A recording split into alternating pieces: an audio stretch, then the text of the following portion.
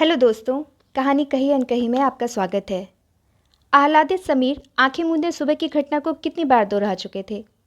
आज सुबह सुबह मेघा उनसे मिलने आई थी। आत्मविश्वास से दमकती डॉक्टर मेघा।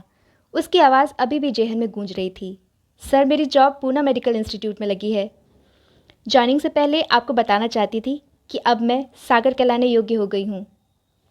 सर, आपने ठीक कहा था। बीते कल के बचपने को याद करके अब हंसी आती है। सर, मैंने उसी दिन सोच लिया था कि कुछ बनकर ही आपको अपना चेहरा दिखाऊंगी।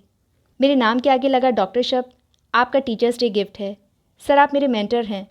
Thank you sir. सुकीर्ति और जूही की आंखों में समीर की इस उपलब्धि के लिए प्रशंसा थी। तो समीर अपनी छात्रा की उपलब्धि में खुद को मिले श्रेय से आनंदित थे। और ये श्रेय दिया किसने? खुद मेघा ने। वो मेघा जो कभी एक भ्रांति की शिकार हो गई थी, पर समय रहते उसने न केवल खुद को संभाला बल्कि खुद को ऐसे मुकाम पर खड़ा किया जहाँ से वह अपने उज्जवल भविष्य और सुखद संतोषजनक वर्तमान को निहार कर प्रसन्न थी। 8 सालों बाद हुई मेघा से मुलाकात अतीत की यादों को उलट पुलट कर देखने को मजबूर कर रही थी। समीर आंखें मूंदे बीते दिनों के उन चंद क्षणों को याद करने लगे जिनमें मेघा थी। सर, मे आई कम इन? यस, कम इन। सर, आप बिजी तो नहीं हैं? मुझे जॉन कीट्स की कविता के कुछ डाउट्स क्लियर करने थे। अभी बिजी हूँ, कल क्लास में एक बार और पढ़ा दूंगा, सबका रिवीजन हो जाएगा। वो अभी भी अपनी उंगलियों को एक दूसरे से मसल रही थी। थैंक यू सर, बोलती हुई मेघा चली गई। ध्यान काम से हट गया था। तभी नवीन सर की आवाज़ आई। क्या बात है समीर सर, आजकल जॉन कीट्स के डाउट्स लेकर स्टूडेंट्स बहुत आते हैं। भाई, क्लास में ठीक से नहीं पढ़ाया था क्या? नवीन सर, कुछ तो सोच समझ कर बोला कीजिए। अगले हफ्ते से प्री बोर्ड हैं। ऐसे में बच्चे हम टीचर्स को नहीं याद करेंगे तो किसे करेंगे? ये फालतू के मजाक मुझे पसंद नहीं। अरे, आप तो बुरा मान गए। हम तो मजाक कर रहे थे। भाई, लैंग्वेज का यही तो फ़ायदा है, जीवन में रस भर देता है। हमारे साइंस और मैथ्स जैसे सूखे विषय वैसे ही रूखे सूखे हम टीचर्स भी हो जाते हैं। वैसे नवीन सर गलत नहीं बोल रहे हैं। इन 12वीं के स्टूडेंट्स को क्लास में बिठाना मुश्किल होता है, खासकर तब जब क्लास लैंग्वेज की हो। लेकिन आपकी क्लास में बिल्कुल सन्नाटा होता है। सुई गिरे तो वो भी सुनाई दे। मीनल मैम चुप हुई थी कि 50 पार कर चुकी श्यामता मैम हंसती हुई बोली, भाई ऐसे हैंडसम सर होंगे तो बच्चे ध्यान तो देंगे ही। आधा ध्यान समीर सर पर भी दे दिया तो क्लास में शांति हो जाएगी। समीर ने वहाँ से खिसकने में ही भलाई समझी। लाइब्रेरी में आकर सुकून मिला। कैसे कोई काम के बीच इन फालतू के मजाक के लिए समय निकाल लेता है। 2 मिनट आंखें मूंदे वो वस्तु स्थिति का अवलोकन करते रहे। सबके हंसी मजाक के अंतर्निहित संदेह का कोई बीज तो नहीं छिपा है। मेघा के आचरण को वो कई दिनों से देख रहे हैं। पढ़ाते समय छात्रों का ध्यान अपनी ओर आकर्षित कर पाना एक टीचर के लिए अच्छा है, लेकिन खुद पर टिकी मेघा की निर्बाध दृष्टि जाने क्यों परेशान करती है। कभी वो अनमनी से दिखती तो कभी बेवजह खुश। न चाहकर भी वो मेघा की आंखों में अपने प्रति बढ़ते आकर्षण को सहज भांप लेते। इस उम्र में विपरीत लिंग के प्रति महज आकर्षण नया नहीं है, लेकिन अपने टीचर के प्रति ऐसे आकर्षण का होना संवेदनशील मुद्दा था। दूसरे दिन उन्होंने क्लास में कीट्स की कविता का रिवीजन करा दिया। उन दिनों स्कूल की छुट्टियां थीं। वो सुकून से अखबार पढ़ रहे थे। कॉल बेल बजी तो मेघा को देखा। Sir, sorry to disturb you. दरअसल इंग्लिश में कुछ डाउट्स थे तो मुझे आना पड़ा। इस बार इंग्लिश में सबसे ज़्यादा नंबर लाना चाहती हूँ। गुड, लेकिन बाकी सब्जेक्ट्स में कैसी तैयारी है तुम्हारी? ठीक है सर, पर इंग्लिश। सर, जब से आपने पढ़ाना शुरू किया है तब से ये मेरा फेवरेट सब्जेक्ट बन गया है। आप कीट्स की रोमांटिक कविताएं कितनी अच्छी तरह से समझाते हैं। पूरी क्लास सम्मोहित रहती है और मुझे तो ऐसा लगता है कि बस आपको सुनती रहूं। उसका चेहरा लाल हो गया था। मेघा, मैं घर पर स्टूडेंट्स का आना पसंद नहीं करता हूँ। स्कूल खुल जाएंगे तब मैं क्लास में इन प्रॉब्लम्स को क्लास प्रॉब्लम बनाकर सॉल्व कर दूंगा, ताकि किसी के मन में कोई डाउट ना रहे। मैंने सख्ती बरतते हुए कहा। पर सर, मेरी प्रॉब्लम सबकी प्रॉब्लम कैसे हो सकती है? मेघा उनको ताकती हुई बोली। देखो मेघा, एक की समस्या को उठाने से बहुतों को लाभ मिले, यही पढ़ाने का तरीका होता है।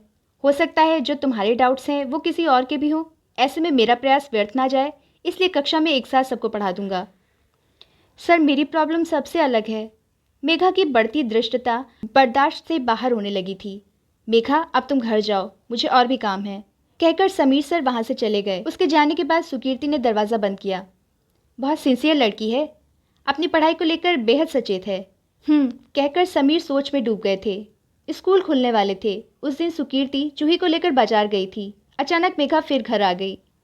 मेघा, मैं इस वक्त बाहर जा रहा हूँ, तुम स्कूल में पूछना। सर, मैं कुछ कहने आई हूँ। मेघा अपनी उंगलियों को एक दूसरे में फंसाती फिर निकालती। ऐसा प्रतीत हो रहा था जैसे वह अपने अंतर्द्वंद से निकल आना चाहती हो। उसकी मनोदशा डराने लगी थी। रोज़ की अपेक्षा उस दिन खुद पर उन्होंने कठोर आवरण चढ़ा लिया था।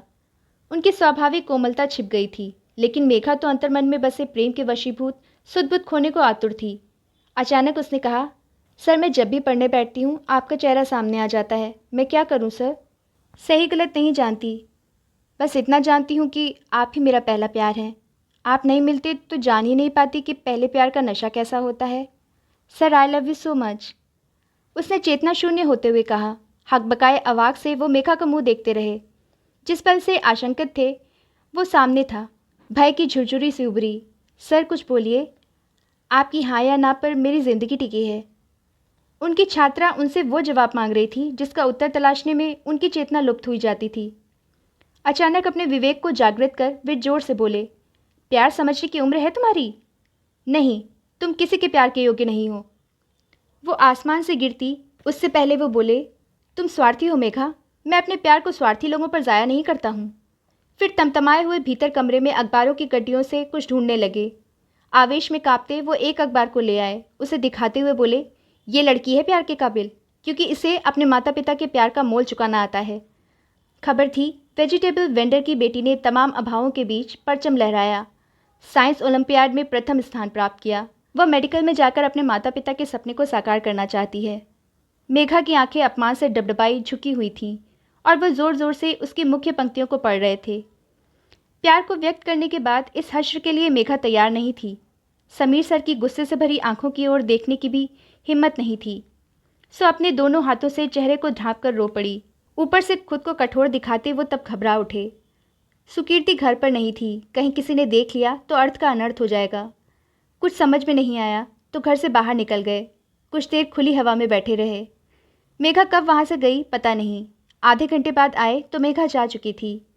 सुकीर्ति इस तरह घर खुला देखती तो बहुत नाराज़ होती, पर आज सर को भौतिक चीज़ों से अधिक अपने मान सम्मान और आज तक कमाए नैतिक मूल्यों की फिक्र थी।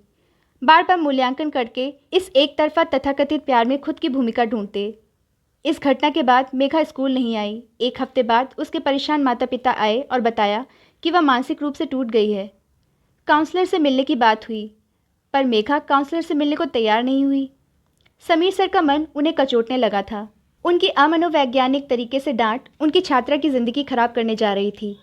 एक दिन हिम्मत जुटाकर मेघा के घर पहुंचे। उसके माता पिता के व्यवहार से जाहिर था कि मेघा ने कुछ भी नहीं बताया है। इन बच्चों के मन की बात जानना भी तो मुश्किल है। आप अगर उससे बात करके समस्या का पता लगा पाएँ तो कुछ हो। डर है कहीं प्यार व्यार के चक्कर में ना पड़ गई हो। मेघा पहले जैसी हो जाए बस। वो बहुत देर तक मेघा की मम्मी की उम्मीद भरी नज़रों का सामना नहीं कर पाए। कैसे बताते कि उनकी बेटी आज अपने टीचर की वजह से अवसाद में आई है। नहीं, कुछ भी हो, मेघा में इन परिस्थितियों से निकलने की शक्ति तो फूकनी ही पड़ेगी। अगले ही पल वो मेघा के सामने खड़े थे। कैसी हो मेघा? आपके उस दिन के कठोर व्यवहार के बाद मैं कैसी हो सकती हूँ? मेघा के कठोर शब्दों से अविचलित वो बोले, जानती हो मेघा, इन दिनों तुम्हारे स्कूल ना आने से किसी को कोई फ़र्क नहीं पड़ा सिवाय तुम्हारे मम्मी पापा के।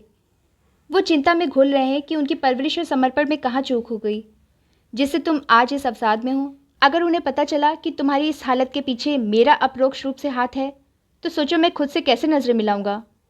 खुद को संभालो मेघा, विश्वास करो। कल जब तुम अपने बचपने को याद करोगी तो तुम्हें हंसी आएगी सोचकर कि किस तरह तुम अपने टीचर के प्रति आकर्षण को प्यार समझ बैठी। मेघा की आंखों में आंसू तैरने लगे थे। उस वक्त उसके सिर पर हाथ रखते हुए कहा था, मेघा तुम्हारी तरह मेरी भी एक बेटी है जूही, जो तुमसे महज 10 साल छोटी होगी। मैं चाहता हूँ कि वो भी तुम्हारी तरह प्रतिभाशाली हो, लेकिन आज तुम्हें देखकर मुझे डर लगता है कि कहीं मेरी जूही ने भी महज आकर्षण के कारण मेरे प्यार, स्नेह, समर्पण और कंसर्न को दरकिनार कर दिया तो क्या होगा। मेरे पढ़ाने का ढंग, तुम लोगों से जुड़ जाना मेरा प्रोफेशन है। कीट्स की कविताओं को पढ़ाना मेरी रोजी रोटी है। अपने परिवार के पालन पोषण का जरिया मात्र है। घुटनों के बीच सिर छुपाए मेघा रो पड़ी थी। अटकते शब्दों में इतना कहा, मेरे लिए फिर से आपका सामना करना, सब कुछ नॉर्मल होना आसान नहीं है। यही तो परीक्षा की घड़ी है कि तुम किस तरह खुद का सामना करोगी। मेरी चिंता मत करो। मेरे लिए तुम्हारी गलती वैसी ही है जैसे अन्य किसी की कोई उद्दंडता, जिसके लिए मैं हमेशा अपने स्टूडेंट्स को डांटता फटकारता और माफ़ करता आया हूँ। उन सब के पीछे मेरा एक ही उद्देश्य तो रहता है, तुम सबको सही मार्ग पर जाते देखना। तुम तो वर्षा की वो बूंद हो जो सागर में गिरने योग्य है। सागर में गिरोगी तो सागर कहलाओगी, गंदे पोखर में गिरने से वैसी ही हो जाओगी। तुम्हें दूषित जल बनते देखना तुम्हारे माता पिता व टीचर्स के बस में नहीं होगा। हम सबको तब अच्छा लगेगा जब तुम सागरमय होकर हमें गौरवान्वित करोगी ना हमें गौरवान्वित? संभालोगी ना खुद को?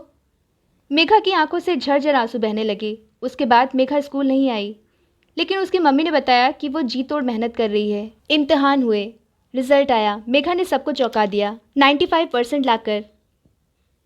एक दिन सुकीर्ति ने एक बड़ा सा कार्ड दिया जिसमें मेघा ने बड़े अक्षरों में सॉरी लिखा था। साथ में थी चंद पंक्तियाँ। मिलने की हिम्मत नहीं थी, पर बिना कुछ कहे जाती तो मन पर बोझ रहता। सर, उम्मीद है आपने मेरी उस दिन की गलती को माफ़ कर दिया होगा। आपके कहे अनुसार वर्षा की बूंद बनकर सागर में गिरने के लिए पूरा जोर लगा दूंगी, ताकि मेरे मम्मी पापा की तरह आप भी एक दिन मुझ पर गर्व करें। मेरी गलती का वो प्रायश्चित भी होगा। आपकी स्टूडेंट मेघा। समीर सर का मन भर आया। सुकीर्ति पूछ रही थी, ऐसी क्या गलती हो गई थी इससे? समीर सर कह रहे थे, बच्चे हैं, आए दिन कुछ ना कुछ करते रहते हैं, हमें भी कहाँ याद रहती हैं इनकी गलतियाँ। अतीत के पन्नों की इबारतें उभर कर फिर धुंधली पड़ने लगी थीं। इबारतों की जगह मेघा का आज सुबह मुस्कुराता चेहरा था। मेघा का हंसता खिलखिलाता आत्मविश्वास से भरा चेहरा। पापा, इस बार मुझे 95 से ऊपर लाने हैं। मैं भी मेघा दीदी की तरह मेडिकल में जाऊंगी। जूही की आवाज़ सुनकर समीर अतीत से बाहर आ गए थे। मम्मी पापा को देखो, आज कितना प्राउड फील कर रहे हैं। मैं भी आपको और पापा को ऐसा प्राउड फील कराऊंगी। जब पापा के स्टूडेंट अपनी सफलता के लिए पापा को क्रेडिट देते हैं तो मैं तो उनकी बेटी हूँ। समीर ने ध्यान से जूही को देखा। एक पल को लगा मेघा खड़ी है और कह रही है, थैंक यू सर।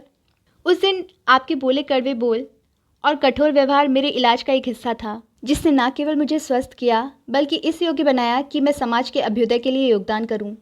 आपके ये शब्द मुझे आगे बढ़ने की प्रेरणा देते रहे। जीवन कीट्स की रोमांटिक कविताओं की तरह सुगम नहीं है, इसमें हिचकोले हैं जो हमें संभलने की अनवरत प्रेरणा देते हैं।